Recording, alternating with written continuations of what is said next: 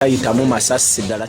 Ku ntandikwa y'omwezi oguwedde, Robert Kyagulanyi yeekubira endulu mu kkooti enkulu ng'ayagayimiriza ekiteekateeka ekitongole ky'emisolo kya URA okubawa mmotoka y'ekika kya ekkirizza egambibwa okutayitamu masasi.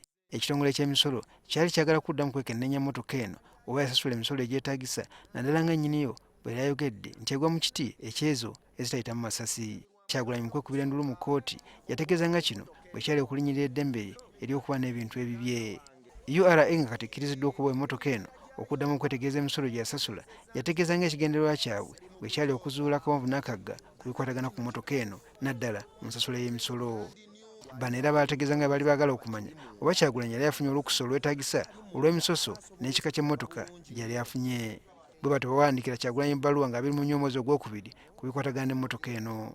Wabula Kyagulanyi kino nekiwakanya ng'agamba nti kiri mu mateeka, n'agattako nti emmotoka eno bwe yali mu mikono gya URA emisolo gyonna yagisasula era aba URA ne bagimuwa nga tebalina kakukulizo konna.